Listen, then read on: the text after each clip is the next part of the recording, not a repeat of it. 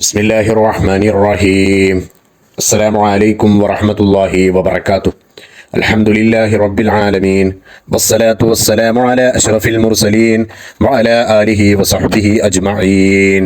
പ്രിയപ്പെട്ട സഹോദരി സഹോദരന്മാരെ, ഇന്നത്തെ ഈ ക്ലാസ്സിലൂടെ നമ്മൾ മനസ്സിലാക്കുവാൻ പോകുന്നത് തറാവീഹ് നിസ്കാരം നിസ്കരിക്കേണ്ട രൂപം എങ്ങനെയാണ്, അതുപോലെ തന്നെ തറാവീഹ് നിസ്കാരത്തിൻ്റെ നീയത്ത് ശരിയായ രൂപത്തിൽ എങ്ങനെയാണ് വെക്കേണ്ടത്, അതുപോലെ തന്നെ തറാവീഹ് നിസ്കാര ശേഷമുള്ള ദുആ ഏതാണ് എന്നൊക്കെയാണ് നമ്മൾ മനസ്സിലാക്കുവാൻ പോകുന്നത്.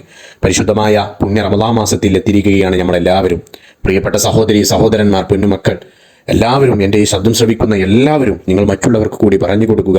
ഈ റമളാൻ മാസം പരമാവധി പ്രയോജനപ്പെടുത്തുക. ഇബാദത്തുകൾ ചെയ്തുകൊണ്ടും ഒരുപാട് സൽക്രമങ്ങൾ ചെയ്തുകൊണ്ടും ഒരുപാട് ഖുർആൻ പാരായണം ചെയ്തുകൊണ്ടും പരമാവധി നിങ്ങൾ പ്രയോജനപ്പെടുത്തുക. ഫോണിൽ കുത്തിയിരുന്ന് വെറുതെ സമയം കളയാതെ നിങ്ങൾ പരമാവധി സൽക്കർമ്മങ്ങൾ ചെയ്തുകൊണ്ട് ഒരുപാട് ഖുർആൻ പാരായണം ചെയ്ത് അതുപോലെ തന്നെ ഇബാദത്തുകളൊക്കെ വർദ്ധിപ്പിച്ച് പരമാവധി നിങ്ങൾ സൽക്കർമ്മങ്ങളിൽ മുഴുകുക. പടച്ച റബ്ബിനോട് നന്നായി ദുആ ചെയ്യുക. തീർച്ചയായിട്ടും നിങ്ങൾക്ക് അതിൻ്റെ ഫലം കാണാൻ സാധിക്കും. ഇരു ലോകത്തും അതിൻ്റെ ഫലം കിട്ടുക തന്നെ ചെയ്യും. അല്ലാഹു സുബ്ഹാനഹു വ തആല ഈ പുണ്യ റമളാൻ മാസം നമുക്ക് എല്ലാ രീതിയിൽ പരമാവധി പ്രയോജനപ്പെടുത്താൻ, ഒരുപാട് സൽക്കർമ്മങ്ങൾ ചെയ്യുവാനൊക്കെ നമുക്ക് എല്ലാവർക്കും ഭാഗ്യമുണ്ടാവട്ടെ. അല്ലാഹു സുബ്ഹാനഹു വ തആല നമ്മുടെ സൽക്കർമ്മങ്ങളെല്ലാം തന്നെ സ്വീകരിക്കട്ടെ. അപ്പോൾ ഇന്നത്തെ ക്ലാസ്സിലൂടെ നമ്മൾ മനസ്സിലാക്കുവാൻ പോകുന്ന വിഷയം തറാവീഹ് നിസ്കാരത്തെക്കുറിച്ചാണ്. തറാവീഹ് നിസ്കാരം നമുക്കറിയാം, റമളാൻ മാസത്തിൽ നമ്മളെല്ലാവരും നിസ്കരിക്കുന്ന നിസ്കാരമാണ് തറാവീഹ് നിസ്കാരം. അപ്പോൾ തറാവീഹ് നിസ്കാരത്തിന് ആദ്യം തന്നെ വേണ്ടത്, നമുക്കറിയാം, ഏതൊരു കാര്യത്തിനും ഏതൊരു നല്ല കാര്യത്തിനും ഞാൻ തുടങ്ങുമ്പോൾ അതിനൊരു നിയ്യത്ത് വെക്കേണ്ടതുണ്ട്, അല്ലേ? അതുപോലെ തന്നെ തറാവീഹ് നിസ്കരിക്കുമ്പോഴും നിർബന്ധമായിട്ടുള്ള ഒരു കാര്യമാണ് എന്ത്? ആദ്യം തന്നെ നിയ്യത്ത് വെക്കുക എന്നുള്ളത്. അപ്പോൾ തറാവീഹ് നിസ്കാരത്തിൻ്റെ നിയ്യത്ത് ശരിയായ രൂപത്തിൽ എങ്ങനെയാണ് വെക്കേണ്ടത് എന്നാണ് ഞാൻ മനസ്സിലാക്കുവാൻ പോകുന്നത്. തറാവീഹ് നിസ്കാരത്തിൻ്റെ നിയ്യത്ത്. തറാവീഹ് നിസ്കാരം 2 റക്അത്ത് അല്ലാഹു തആലക്ക് വേണ്ടി അദാ ആയി, ഇനി ഇമാമിനോട് കൂടെ എന്നുണ്ടെങ്കിൽ ഇമാമിനോട് കൂടെ, അല്ലെങ്കിൽ ഈ ഇമാമായിട്ടാണ് നിൽക്കുന്നത് എന്നുണ്ടെങ്കിൽ ഇമാമായി ഞാൻ നിസ്കരിക്കുന്നു എന്ന് വെക്കുക. അതായത് ഈ ഇമാമായിട്ടാണ് നിയ്യത്ത് വെക്കുന്നത് എന്നുണ്ടെങ്കിൽ തറാവീഹ് നിസ്കാരം 2 റക്അത്ത് അല്ലാഹു തആലക്ക് വേണ്ടി ഇമാമായി ഞാൻ നിസ്കരിക്കുന്നു എന്ന് വെക്കുക. ഇനി അതല്ല, ഇമാമിനോട് കൂടെ നിസ്കരിക്കുകയാണ്. പുരുഷന്മാരൊക്കെ അധികം പള്ളിയിൽ പോയിട്ടാണ് നിസ്കരിക്കുക, അല്ലേ? അപ്പോൾ ഇമാമിനോട് കൂടെയാണ് നിസ്കരിക്കുന്നത്. അപ്പോൾ ഇമാമിനോട് കൂടെയാണ് എന്നുണ്ടെങ്കിൽ എങ്ങനെയാണ് നിയ്യത്ത് വെക്കേണ്ടത്? തറാവീഹ് നിസ്കാരം 2 റക്അത്ത് അല്ലാഹു തആലക്ക് വേണ്ടി ഇമാമിനോട് കൂടെ ഞാൻ നിസ്കരിക്കുന്നു എന്ന് നിയ്യത്ത് വെക്കുക. ഇനി അതല്ല, അദാ ആയാണ് നിസ്കരിക്കുന്നത് എന്നുണ്ടെങ്കിൽ തറാവീഹ് നിസ്കാരം 2 റക്അത്ത് അല്ലാഹു തആലക്ക് വേണ്ടി അദാ ആയി ഞാൻ നിസ്കരിക്കുന്നു എന്നും നിയ്യത്ത് വെക്കുക. അദാ ആയി നിസ്കരിക്കുകയാണ് എന്നുണ്ടെങ്കിൽ, അല്ലെ, സ്ത്രീകളൊക്കെ അധികവും വീട്ടിൽ ഒറ്റക്കായിരിക്കും. അപ്പോൾ അധികം സ്ത്രീകളും അദാ ആയിട്ടാവും നിസ്കരിക്കുക, അല്ലെ? അപ്പോൾ അവരെങ്ങനെയാണ് നിയ്യത്ത് വെക്കേണ്ടത്? ഇപ്പൊ ഈ പറഞ്ഞതുപോലെ തറാവീഹ് നിസ്കാരം 2 റക്അത്ത് അല്ലാഹു തആലക്ക് വേണ്ടി അദാ ആയി നിസ്കരിക്കുന്നു. അപ്പോൾ എങ്ങനെയെല്ലാമാണ് നിയ്യത്ത് വെക്കേണ്ടത് എന്ന് നമ്മൾ മനസ്സിലാക്കി കഴിഞ്ഞു, അല്ലേ?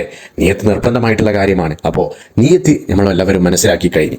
ഇനി തറാവീഹ് നിസ്കരിക്കേണ്ട രൂപം എങ്ങനെയെന്ന് നമുക്ക് മനസ്സിലാക്കാം. തറാവീഹ് നിസ്കരിക്കേണ്ട രൂപം ഇപ്പോൾ ഈ പറഞ്ഞതുപോലെ ആദ്യം തന്നെ നിയ്യത്ത് വെക്കുക.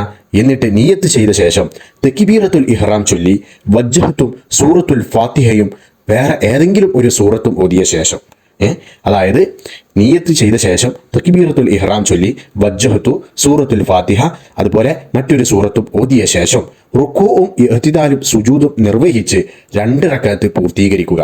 സാധാ നിസ്കാരം പോലെ തന്നെ. എങ്ങനെ?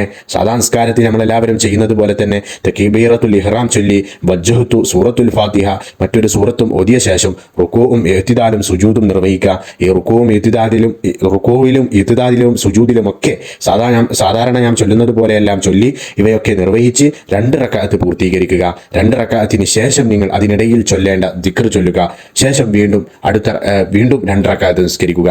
അതിനുശേഷം 4 റക്അത്ത് നിസ്കരിച്ച ശേഷം ചൊല്ലേണ്ട ദിക്റുകൾ ചൊല്ലി വീണ്ടും അടുത്ത റക്അത്തിലേക്ക് പ്രവേശിക്കുക. ഇങ്ങനെ ദിക്റുകളൊക്കെ ചൊല്ലി നിങ്ങൾ 4 റക്അത്തിന് ശേഷം നിങ്ങൾ ദിക്റുകളൊക്കെ ചൊല്ലി എന്ത് ചെയ്യുക? ശേഷം അവസാനം ദുആ ചെയ്യുക. ഇങ്ങനെ 20 റക്അത്ത് പൂർത്തിയാക്കുകയാണ് വേണ്ടത്. തറാവീഹ് നിസ്കാരം ഇതുപോലെ ചെയ്ത് 20 റക്അത്ത് പൂർത്തീകരിക്കുകയാണ് വേണ്ടത്. ഇനി അടുത്തതായിട്ട് നമ്മൾ മനസ്സിലാക്കുവാൻ പോകുന്നത് തറാവീഹ് നിസ്കാര ശേഷം ചെയ്യേണ്ട ദുആയാണ്. തറാവീഹ് നിസ്കാര ശേഷം ചെയ്യേണ്ട ദുആ, അല്ലേ? തറാവീഹ് നിസ്കാരം, തറാവീഹൊക്കെ എല്ലാവർക്കും നിസ്കരിക്കാൻ അറിയുന്ന കാര്യമായിരിക്കും. പക്ഷേ പലർക്കും തറാവീഹ് നിസ്കരിക്കാൻ അറിയാം, എന്നാൽ പലർക്കും അറിയാത്ത ഒരു കാര്യമാണ് തറാവീഹ് നിസ്കാരത്തിന് ശേഷം ചെയ്യേണ്ട ദുആ എന്താണെന്ന്. ഇത് അധികം ഉപകരിക്കുക. വീട്ടിലൊക്കെ നിങ്ങൾക്ക് കൂട്ടമായിട്ട് നിസ്കരിക്കുക. സ്ത്രീകൾക്കൊക്കെ വീട്ടിൽ സ്ത്രീകളെ ഒറ്റക്കാണ്, പുരുഷന്മാരൊക്കെ പള്ളിയിൽ പോകാം. എന്നാൽ സ്ത്രീകൾ വീട്ടിലാണ് എന്നുണ്ടെങ്കിൽ സ്ത്രീകൾക്ക് വീട്ടിൽ നിന്ന് നിസ്കരിക്കുമ്പോൾ ഇമാമിൽ നിന്നുകൊണ്ട് എല്ലാവർക്കും കൂട്ടമായിട്ട് നിസ്കരിക്കാൻ പറ്റും. എന്നാൽ അവർക്കൊക്കെ വീട്ടിൽ നിസ്കരിക്കുമ്പോൾ പലർക്കും അറിയാത്ത ഒരു കാര്യമാണ് തറാവീഹ് നിസ്കാര ശേഷം ചെയ്യേണ്ടത് ഏതാണെന്ന് അറിയില്ല. അതാണ് ഇനി നമ്മൾ മനസ്സിലാക്കുവാൻ പോകുന്നത്. പുരുഷന്മാരൊക്കെ പള്ളിയിൽ പോകുമ്പോൾ അവർക്ക് പള്ളിയിൽ ഇമാം ദുആ ചെയ്യും, അത് കേട്ട് ആമീൻ എടുക്കും. എന്നാൽ വീട്ടിലുള്ള സ്ത്രീകൾക്ക് ഇതിനെപ്പറ്റി ഒരു ധാരണയില്ല. തറാവീഹ് നിസ്കരിക്കാനൊക്കെ അറിയും, തറാവീഹിൽ നിസ്കരിക്കുമ്പോൾ ചെയ്യേണ്ട കാര്യങ്ങളെല്ലാം അറിയാം, നിയത്തും കാര്യങ്ങളും എല്ലാം അറിയാം. എന്നാൽ തറാവീഹ് നിസ്കാര ശേഷം ചെയ്യേണ്ട ദുആ ഏതാണെന്ന് പലർക്കും അറിയില്ല. അതാണ് ഇനി നമ്മൾ മനസ്സിലാക്കുവാൻ പോകുന്നത്. തറാവീഹ് നിസ്കാര ശേഷം ചെയ്യേണ്ട ദുആ ഏതാണ്?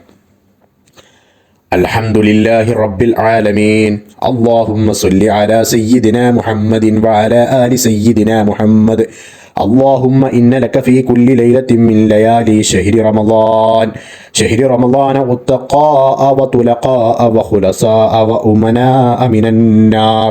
اجعلنا من أتقائك وطلقائك